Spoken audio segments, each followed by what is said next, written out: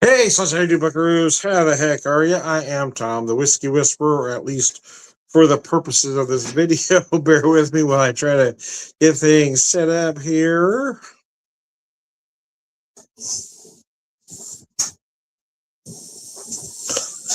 So I made two cocktails.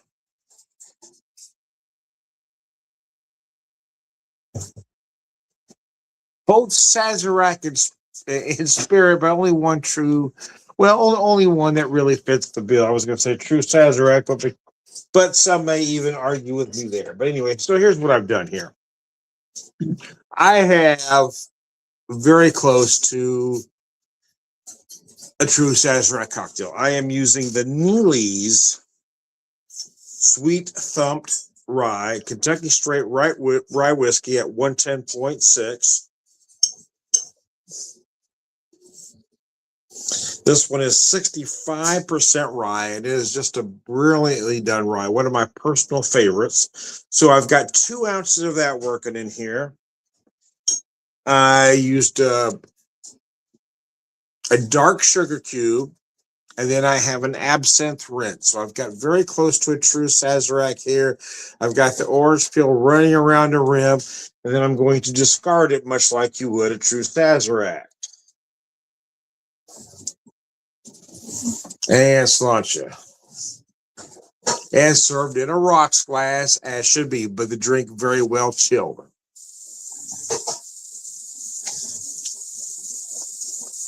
If you're making a Sazerac or anything resembling a Sazerac, you never want to have ice in the glass. Just chill your glass well, chill your cocktail well, and you will have a perfect cocktail.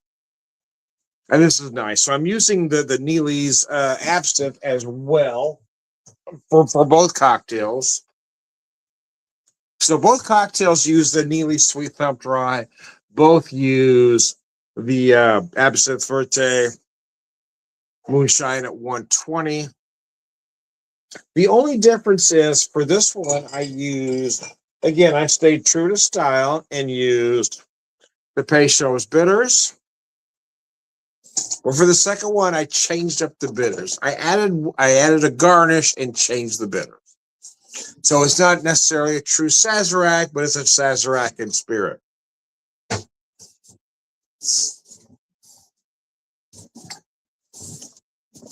I had a full day today, by the way. Bart has a comment here. Let me post it. How you doing, man? I appreciate you listening. So I started the day, well, I started the day, I guess. I started the day with breakfast.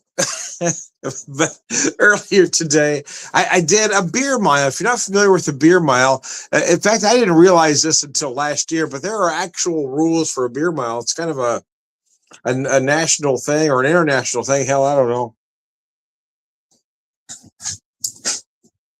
But anyway, so beer mile. Here's what a beer mile is. It's you got to do 4 laps at approximately quarter mile to get you to a mile. But before you start the race, you have to knock a beer back before you get started. Before each lap, you have to knock a beer back again. So I did a beer mile today, and I didn't finish last. I actually finished much better than I did last time I did. Last time I was third to last. I was getting up and last this time as much as I saw people passing me, but I think there were at least a half dozen people behind me. Really thought I really thought I was finished and dead last, and then there were other folks right behind me. So holy shit! It was interesting. I kind of do it for fun, and to see friends.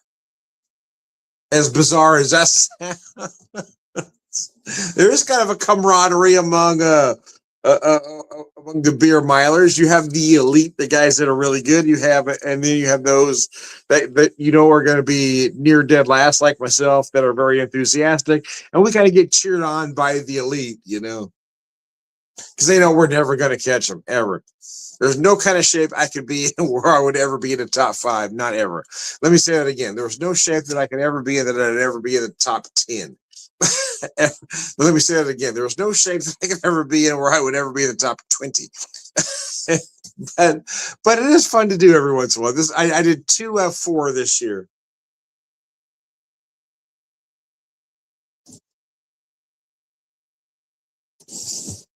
And I would have done 3 F4, but I ended up having to pick up a shift last minute because I was supposed to have it off, and then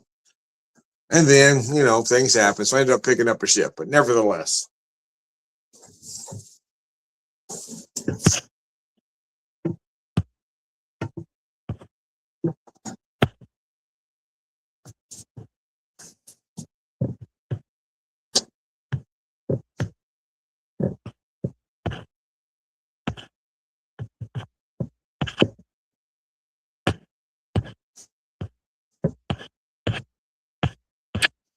again, if you'd like to make a comment or have a question, I answer almost everything, unless you're being just a genuine asshat. If you're curious, well, I am on this alone. I tend to do a lot of videos alone. I have guests from time to time, but I am kind of a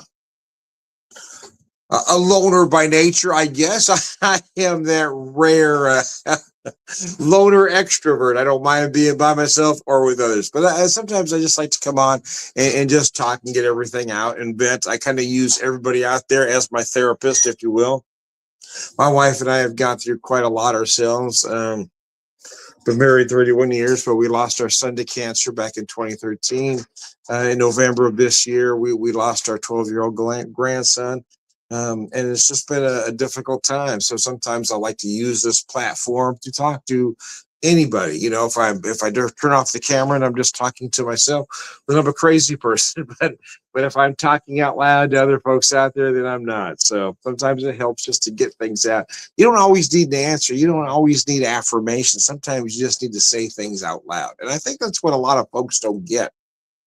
That's what a lot of therapy is. It's not necessarily having another person tell you you're right, you're wrong, or indifferent, or how to fix anything. It's having somebody to talk to. Sometimes you just need to say things out loud.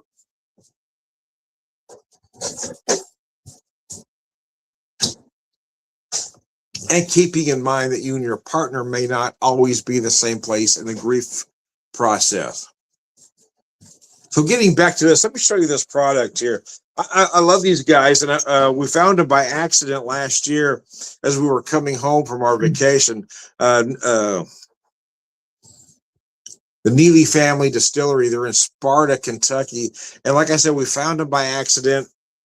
We were headed home. We got hit by a storm. There were some roadblocks or accidents on both sides of us, so we had to pull off. We pulled off in Sparta, Kentucky, just to get some gas, stretch, use the restrooms. But then my wife saw a sign that said, distillery right around the corner, basically. So I went and checked it out, and they were busy, so I didn't do a tasting, but I bought 3 products blind. And at the time, I thought, well, I kind of spent too much money on these products. But when I got them home, every single product was amazing. So it was so much so that I later this year, I wanted to go back there this year, but things happened where I couldn't. But I did order this rye again, this rye and the absinthe, so I could make a Sazerac at home, and their products are just simply amazing.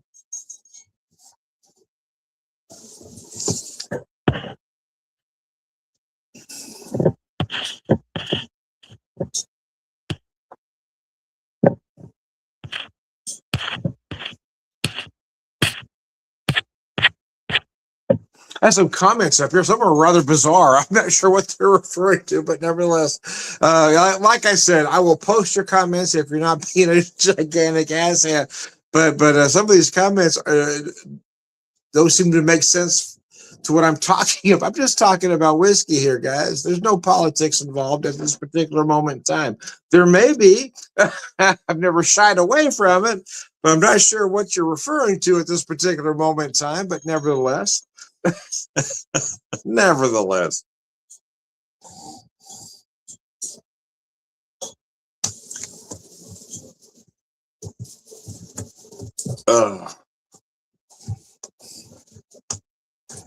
This is a really the Neely Sweet Thumb really lends itself well to making a Sazerac.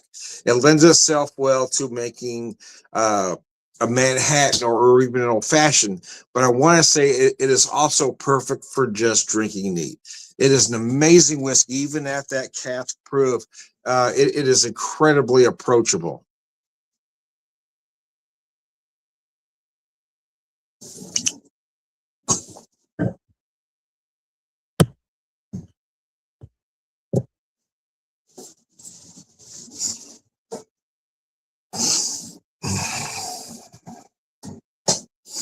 And if I'm having a cocktail, to be honest with you, I am a spirit forward cocktail guy.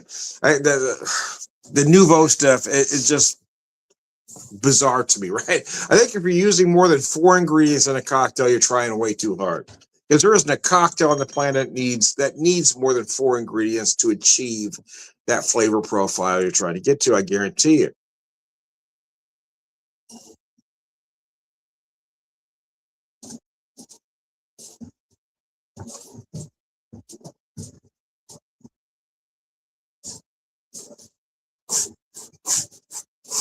So I tell folks I'm the 3 ingredient cocktail guy, right?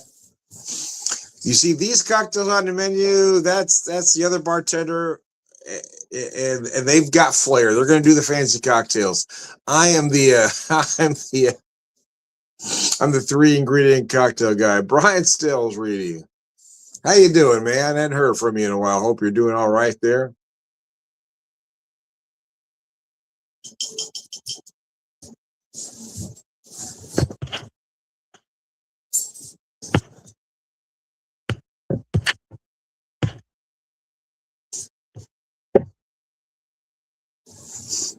So let me finish this cocktail up, and I got one more for you. I want to have two. Again, I want to do one close to as close to a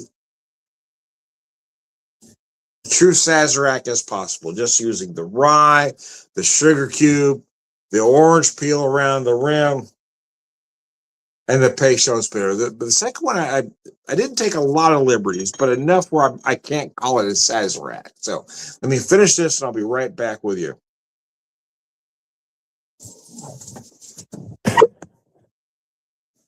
Whoops. Sorry about that. Hit my cock, hit the camera, and I knocked it out.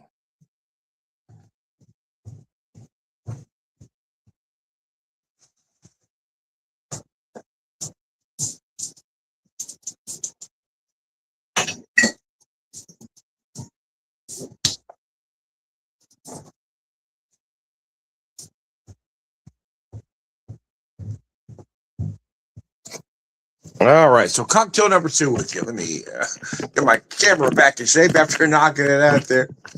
So you know I'm not really here, but I'm just trying to set a mood. So let me remove my orange peel again as I ran it around the rim for aromatics.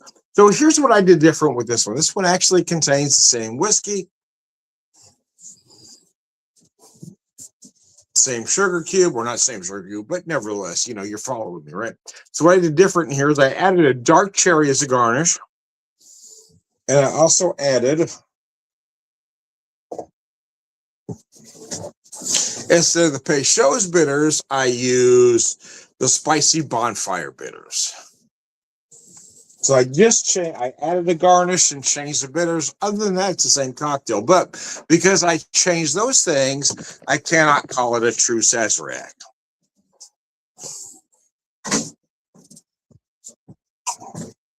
So I have this very well chilled. Gosh, that is delicious, though. I do like the spirit forward cocktail. It's not necessarily a knock on folks that don't, but I mean, I like the flavor, right? I like the spirits.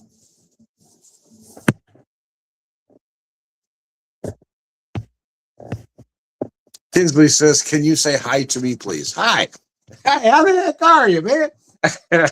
How the heck are you? Sorry, I didn't see your comment till just now. I apologize.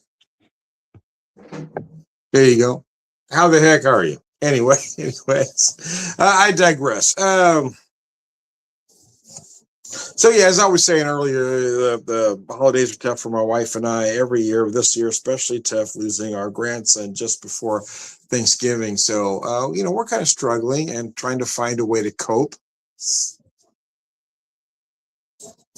And everybody has different coping mechanisms, and everybody handles grief differently. And I think that gets overlooked.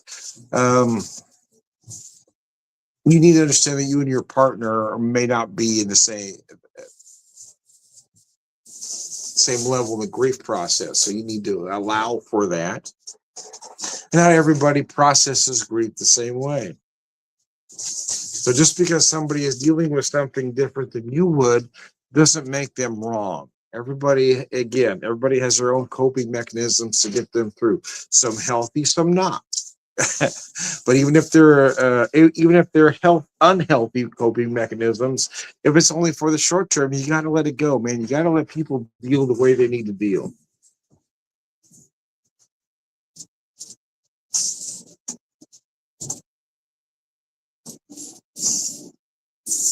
Because sometimes survival isn't easy. The only thing I can say is that I don't know why it's so hard for some of us to be kind. I don't know why it's so hard for some just to let people be who they are. We live in a society where we've made bullying an okay practice. It's okay to be hurtful. And then when we lose somebody we love, we want to blame everybody else. That's fine, but we need to point the finger at ourselves as well for not making this world a better place to be in the first place.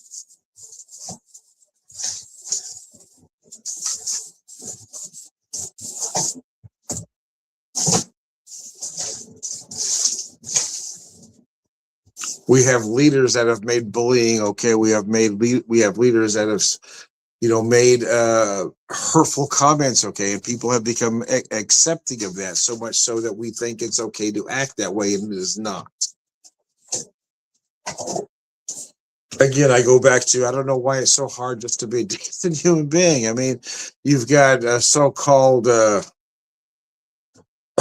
don't know, motivational speakers. I don't know. You've got folks out there who want to make light of empathy. The simple fact is, if you don't possess empathy, you're a sociopath. We look at folks and, oh, empathy, that's for woke people. No, empathy is for those that have compassion. Empathy is for those of us that aren't sociopaths, that don't have the ability to be psychopaths. So anyway, yeah, I did bring politics into it. I mostly brought social issues into it, and that has somehow become politics. But again, I don't know why it's become so hard just to be a nice person, or why it has become frowned upon to be a nice person. I guess that might be a better way to put it. I mean, we have a society that makes fun of people being decent to other human beings.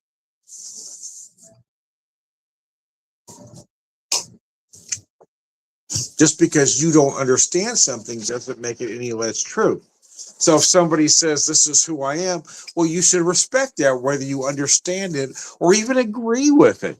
It doesn't hurt you any to be a decent human being and respect who they say they are. anyways, I digress. I'm not going to make any headway with those folks that believe differently. Sometimes like therapy, sometimes you just need to say things out loud, whether somebody's going to agree with you or not. Because I know I'm not going to change anybody's mind in any of the videos I do. Just people that are dead set. The people that are so convinced that being hateful and ignorant is the right way to be, there's no way I'm going to change their minds. So anyways, I digress. Let's get happy. I am Tom the Whiskey Whisperer, Whiskey Evangelist, prolific whiskey drinker, purveyor with the man.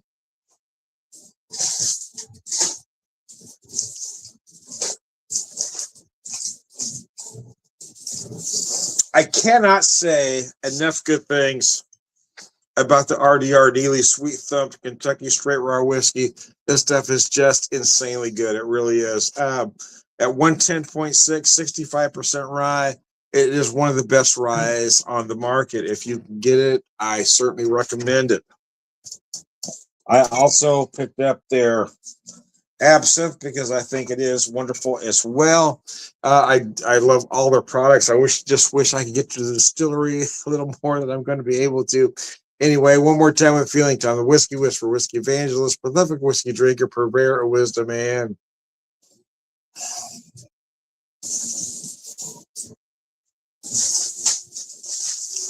all around good guy. Lunch. Thanks for tuning in.